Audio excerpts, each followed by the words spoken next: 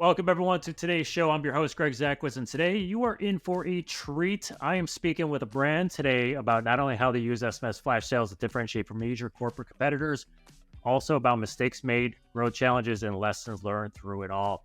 Joining me today is Gabe Malbogat. I probably butchered that last name. I'll let him correct me. He is the co-founder of Chef on Call. So, Gabe, welcome to the show. Thank you for being here. Thank you for having me, Greg. Appreciate it. All right. You're very welcome. Appreciate your time. So let's do this. Level set for the audience. Tell us a little bit about Chef on Call. What is the business? How long you've been around, and who your target audience is? Yeah, for sure. So I'm going to bring you back about a decade and a half ago. I was in university, and we were going into our fourth year last year. So we'd already kind of gone through our entire career ordering very subpar delivery food. So in our last year, one of my best friends and I started cooking food out of our apartment, and we just let our close group of friends know about fresh food that we were making and kind of hit the ground running. And then fast forward to present time, 15 years later, the brand evolved from that student apartment through a series of trials and tribulations. But today, at current time, Chef on Call is a full-service, quick service restaurant, but it's been engineered for delivery efficiency. So we have a pretty massive beast of a kitchen, which also lets us bring on several ghost brands to kind of make sure that we're maximizing every square footage in that kitchen. And yeah. Well, I was gonna say, for your audience, is it like, I'm thinking Grubhub, DoorDash, right? Kind of ubiquitous. Kind of. Do you have a specific age group that you tend to attract more customers from? For sure. So, in present time, Chef on Call is located in 3 different college markets. We have a location where we first started in Montreal, and then we expanded over provinces into Ontario at the University of Waterloo. Right there, we're between 2 different universities, and then we actually have a college behind us. And then we took that same footprint that we had in Waterloo and we brought it over to London, Ontario, another market that has a vast student population with a college and Western University. So our customer base, our bread and butter, has always been students since our inception. We do target 18 to 24-year-olds with a little bit of a different marketing strategy than we would do for the older demographics that are our consumers. Very cool. So your form of customer acquisition 15 years ago, I'm going to guess, is vastly different, or at least pretty significantly different than it is today. Kind of tell us about what those early stages were, but more so like what you're doing now to acquire those customers. I just want to highlight one thing, that SMS is only one marketing channel that we as a business use. It's a very powerful tool, but we also, dip our toes in print advertising, digital advertising, email blasts, and community advertising, community marketing. So it's evolved over time. The strategy has become a little more targeted with the tools that we're able to kind of use off Omnisend.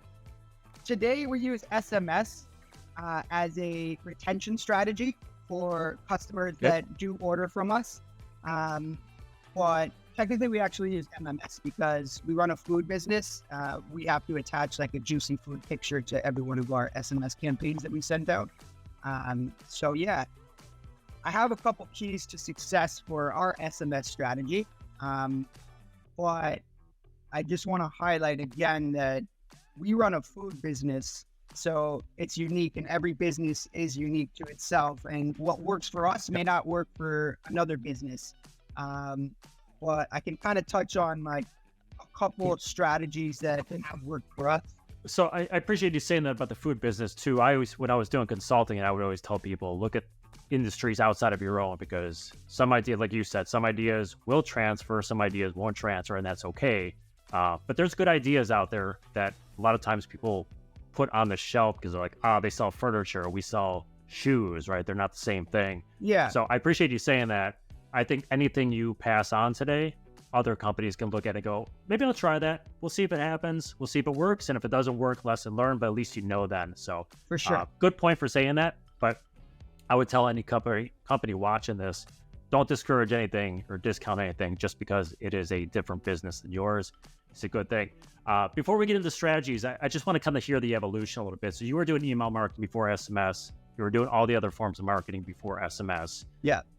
Walk us quickly through that evolution. Why did you decide to go from like email and then like, oh, let's add SMS there? What was that catalyst for going, hey, we should try this thing here? Yeah, I mean, for one, we've always been a business that's been pretty tech savvy. I mean, we've always gone after a consumer base that is tech ready. So, we custom online ordered a system back in 2011 when that wasn't really a white label thing to do.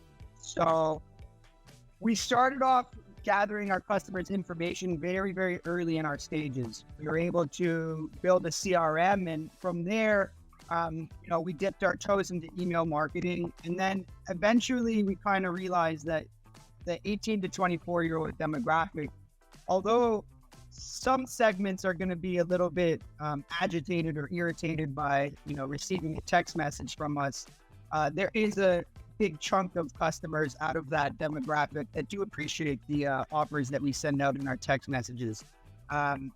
Early on in the game, it was a lot harder to track, the ROI on your SMS campaigns.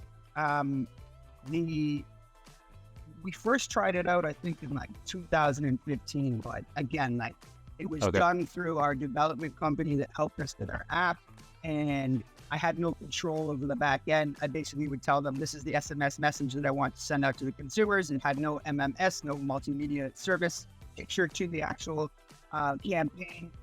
And, we'd get responses that were awful. People were really angry. They'd tell us to F off and never message us again. But, with that, being very clear and concise in your SMS messaging, making sure that there is that stop, unsubscribe in there is very important so that you do not end up double dipping and really irritating that customer a second time. So I would assume 2015, and I was doing SMS in 2015 with companies as well. So it was definitely around, definitely different than it is today, for sure. Have you noticed a shift? And I'm going to assume the answer is yes, but you can correct me otherwise. Have you noticed a shift in the last 8 years for people how they respond to SMS? Are they more willing to accept it? I mean, it's come a long way since then, right? For sure. It's come a long, long way. It was 2018, 2019 when we started to really look back into using it. A business partner of mine went out to Australia, and they were constantly getting SMS messages from Domino's Pizza, and they would screenshot that, send it over here, and they were kind of going after the same target that we were. So it was an easy replication over in North America where we were, and then we started to look into the right software that would kind of give us the tools necessary to hit up our customer base through very targeted campaigns. So now it's completely different, right? With having a integration done where you're able to target your consumers based off their ordering habits or based off kind of where they're at in their journey towards their brand, it's made it way more easier and a lot more just kind of, you can get way more clever with it, right? So I want to ask you 6 questions at a time here, which isn't notorious. I'll ask 3 questions at a time, but these are all overlapping around how you guys use SMS. So I'm just going to bunch it in and we'll just free flow from here. No So problem. I kind of want to learn what some of those early messages look like, right? Were they mostly text and then you shifted to MMS now, which you said you're using a lot of? Makes tons of sense for being the industry you're in. But what did those early ones look like? What did you learn? And how are you using the messages now? You mentioned the retention strategy, MMS, but walk us through a little bit that progression, what they look like, what you learned, how you apply that to now, and then kind of your strategy now for what those messages look like, offers, how the retention strategy works. So 6 questions in a row, you get them all. Yeah, in the Fly with it. beginning, I'll be straight with you. I mean, there was no strategy in the beginning. I didn't segment a list. It was targeting the entire audience that was in our entire base. So when you're at a restaurant and you're hitting up every single customer, and you're a delivery focused restaurant, and you're not your operations team, your delivery team isn't ready to take on that spike in orders, and they're going every which way on the compass, north, south, west, east. I mean, that was a huge learning curve for myself. You really want to be successful in your campaigns, but if you don't get a little granular with your thinking, you're gonna end up there's gonna be a curveball thrown your way, like no matter what, right? So in the beginning, not much strategy, just letting the consumer base know that we had an offer on that night. We do fresh food, so there's plenty of types of offers that we could send out there. But it was also a situation that, like, systems and our back end back in 2015, 2016, it wasn't ready to be sending out, offers that were kind of constructed in different ways. Like, we could send out a percentage discount to a client base, but now it's like software has evolved so much and our systems have kind of grown to a point now where we can have several different types of offers that we're sending out to our target customer base. We could do a BOGO special. We could do a 2-for-1 deal where the second burger is $1. We can do free product with purchase on a minimum. So now today it's a lot more thought out versus prior. It was just a lack of kind of resources at the time, and we still wanted to try it out. And now that we have it consistently, and Omnisend is our CRM for the business, it's made it so that we can send out weekly campaigns through SMS to target a very responsive, receptive base in that CRM that will impact the day's sales. So you mentioned you learn these lessons and you're very segmented with it now, and you could be very particular about it. I'm thinking about businesses that are maybe either looking to get started in SMS or maybe just getting started. A lot of the hiccups, and you probably went through the exact same thing, is like, okay, I got this tool available to me. What do I do with it? Like, how do I do it? So you've kind of gone through those trials and tribulations with it. If you look back, or giving advice to a business now, and let's say they're looking to get into it, like the lessons you learned, going, hey, we should probably segment this or send this here. Like, it seems somewhat common sense, but a lot of times when you're in the middle of the forest, you can't see the trees, Exactly, right? So yeah. if you're giving advice to a business now looking to start, what would you say? Would you say, hey, just think through ways you could segment or start small, or just blast one out and then learn the lessons from there? Because sometimes being in the fire is the best way. What would you say to a company? I mean, don't get discouraged. We opened up our own business for a reason. And if it doesn't work, we learn from it and kind of get back to the drawing board and get creative. The benefits of sending out a campaign to your entire CRM list is that there's data that comes with that afterwards. So you can segment a lot of customers based off how that campaign's performance was in the end, right? And I make mistakes all the time. We've been doing Omnisend now for about 2.5 years, and last week I sent out an SMS campaign. It didn't have the code attached to the text, and I had meant to put the code on the embedded image, but the image part where I put the code got cut off.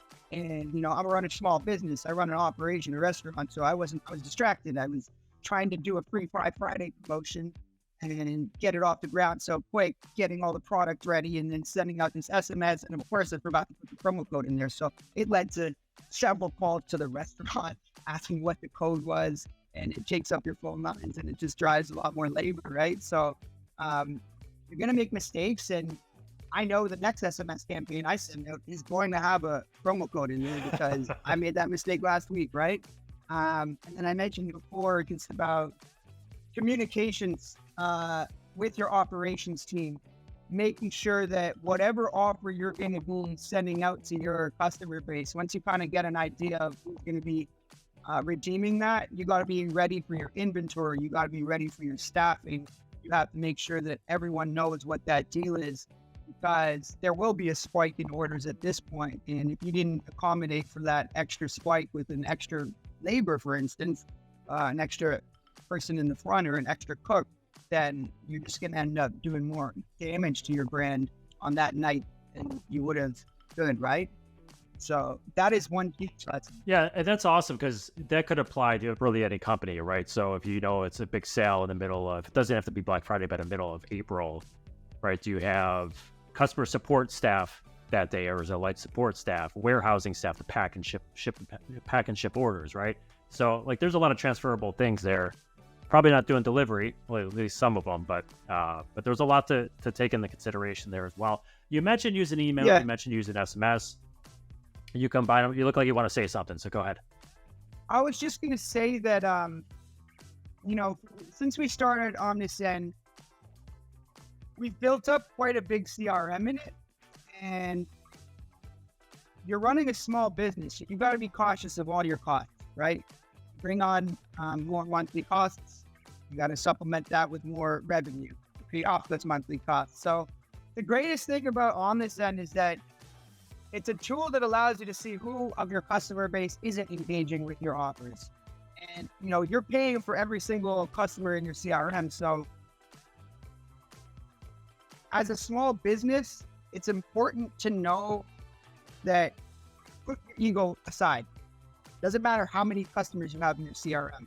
You have like 100,000 people in your CRM, and only 10,000 of those people are engaging with your offers. Make sure you brainstorm with your Omnisend account rep the most cost-effective way to go about the CRM, because you don't want to be sending out and wasting SMS credits towards an audience that isn't going to redeem any of your offers and hasn't ordered from you in 2 years. So at some point, you kind of got to put your ego aside and manually unsubscribe some of that audience yourself. And I understand that there is, the perspective that there's brand affinity and that you want to make sure that you're kind of getting your messaging out even to customers that may not necessarily order all the time. But at the end of the day, I run a small business. Cash flow is everything. So it's important that you kind of put that ego aside. And I've done that recently, where I'm no longer caring about so much how many downloads are coming in. It's really making sure that audience is getting engaged and receptive to all your offers. They're only receptive to your email campaigns. Great. Make sure that you hit them and target them with email campaigns. Don't be wasting your SMS credits on someone that doesn't necessarily want to receive them, right? I appreciate you saying that, because it's 100% true. And I see it all day long where people get focused on the wrong thing versus the revenue side of things and the engagement side of things. Yeah, exactly. You mentioned email and SMS, so I want to circle back to that. Can you talk a little bit about how you balance those things? So when you're sending, say, a segment and SMS campaign, are you also sending those people an email? Are they two separate channels? How do you balance the two things working together? There's not enough time in the day when you run a restaurant, right? So sometimes I'll be like anybody. I'm going to get lazy. I'll send out an SMS campaign to the loyalists, and then I'll also send out an email campaign to the entire list. So those loyalists might get an email plus an SMS from us. But if I have more time in my day and I want to really set the strategy up, I will make sure that the people that do receive the SMS, you don't want to berate them too much, so I don't send them an email blast. How about automations? Are you using automated SMS, or is it only on the email side? I've been kind of going back and forth with myself on how to best set up the automated process for your customer journey. With Chef on Call, we target a good chunk of our customers. I'd say about 60% are 18 to 24-year-olds, right? And then you have young professionals, and then you have families in older demographics. So it's tough, because when we set it up so that we have automated messaging coming to our first customer. They order from us once, they're going to get an automated email /SMS. Round 2. Here's a code, try our top dishes at 50% off. Retention, get them that second time around. But, it's tough because not every single first customer is going to want that automated SMS. So in my head, I've kind of been balancing it like, all right, do we send out an SMS on the first time they order, or do we just send them an email blast and kind of warm them up a little bit so that on their fourth or fifth order, we send them an SMS, and if they engage on that, they'll get put into a different funnel. Yeah, it's a tough one. I have these conversations with different companies all the time, and I'll talk out of both sides of my mouth here, because I am generally the person, if I'm signing up for SMS, I want to get the SMS right away just to set the stage. But I completely get where you're coming from, right? So if you can get them in 2 to 3 times and the email works for, like, emails, I mean, SMS is pretty standard now, but emails standard, right? It's that communication. You don't need the SMS, but then it's easier to transition to SMS because, like, I've shopped with them 3 times already. Right. And it's quicker and more friendly. And at the end of the day, it's more impactful. I mean, it's invasive. Like, your email offer may get lost in the other 50 email offers that they got that day. I mean, this SMS is landing in their phone. You have about 3 seconds. They're going to open it up and see who you are. That's why when you send out an SMS too, I can't highlight more. You have to be so clear and concise with your messaging. Every single time we send out a campaign, hey, it's Chef on Call. That's how we start off every single message. Hey there, Chef on Call here. And you don't want to make your messaging too long, for sure.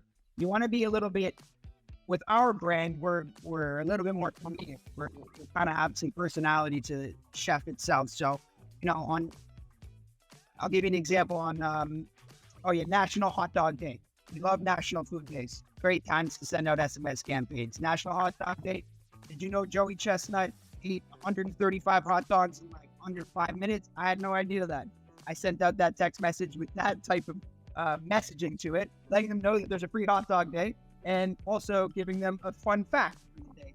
And I think that fun fact and like how we carried it over resonated. We got like quite a big night of hot dog sales.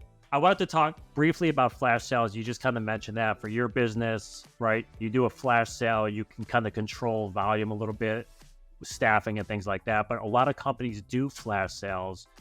Talk to us a little bit about non-flash sales versus flash sales and why those work better for you, if they do work better for you, but you're doing them, so I assume they do. LTOs, limited time offers. Great. We got a lot of product left over. Let's say that you need to sell that product by Friday and you have an overstock of it. Flash sale, bang, SMS. I want to get rid of all my chicken. I'm going to send out an offer specifically meant for that stock in the back. And then, for a business that has a little bit more of a planned out marketing schedule, you can send out an SMS campaign that is linked to your website that has all the offers that you're going to be offering that entire month. So they click on that link. They then have a database of like coupon codes that are valid until Halloween. So those type of offers versus limited time offers, obviously it's not limited time. So you're giving your clients up to 45 days to redeem all of these offers. You won't see a spike that same night. You're going to see a little bit because naturally, like, the messaging got out that day, but it'll carry over week.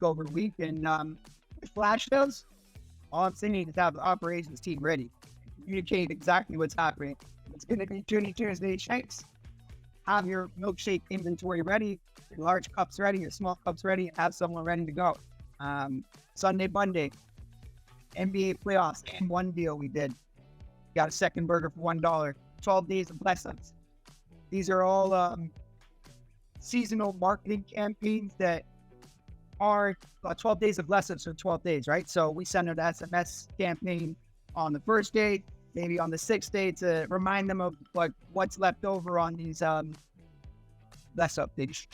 That's awesome. For those that don't know, a toonie is a $2 coin up in Canada, right? So for those that don't know, just throw it out there. They probably skipped right over it. But I thought KFC. I thought KFC ran the Toonie Tuesday promo across all of the U.S., but I guess it was only in Canada. They could have. I don't need a KFC. No offense, KFC. You join Omnisend, maybe I'll eat a KFC. That was my go-to. All right, so Gabe, piece of advice for brands looking to either get started or are slowly getting into SMS and want to find success with it, what is the one piece of advice you'd offer to them? Make sure your integration is done properly so that, for one, you're getting the true data, and that way you can start to segment your client base on their ordering behaviors, and that is probably one of the key factors to making this a successful venture. I mean, if you're just going to use SMS, but you don't have a system in the back end to kind of manage and read all of that, then you're just using it blindfolded, really, right? You got to make sure that the integration, the API is done perfectly, and that you are making sure that Omnisend knows what type of information you want to be populating on the back end. So that is, I think, one of the keys to our success with how Chef on Call is about 95% orders come through electronically. That means that every single user that signs up, we get a large chunk of data that allows us to properly target that customer base. That is one powerful tool when you run a delivery business. Awesome, man. I appreciate the time and insight. So, Gabe, I always do a quick lightning round here. I'm going to give you the lightning round. A lot of these are food-related questions, though, okay. So I think it's good. So, gut answer to each of these. Is a hot dog a sandwich? No. No way. Is Die Hard a Christmas movie? Depends which one. I know there's Die Hard. Die Hard 1 is a Christmas movie. Then you got the summer. Right. If you put Die Hard 2 is the summer one, right, with the train. So it's Die Hard 1, yeah. If you put a piece of bread in a toaster and it burns, is it burnt bread or burnt toast? Burnt toast. Who says burnt bread? All right, peanut.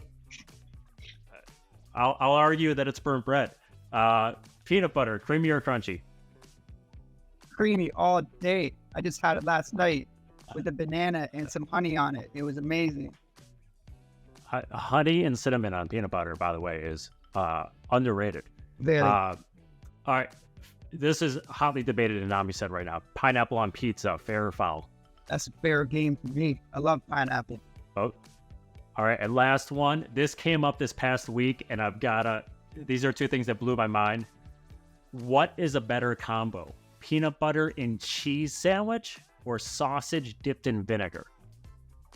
Never had any of those. We'll try them today because I have a restaurant. You should. I need you to do this. I need you to record it and send me the video, please, so we can use this on YouTube. Would it be white vinegar, red wine vinegar, champagne vinegar? There's a lot of vinegars out there. I think it's white vinegar. Okay. So this is someone that Omnisend through this, and we're like, what is that? But she eats it all the time. So what type of cheese are we talking? Cheddar cheese, Swiss cheese, Monterey Jack. There's a lot of cheeses.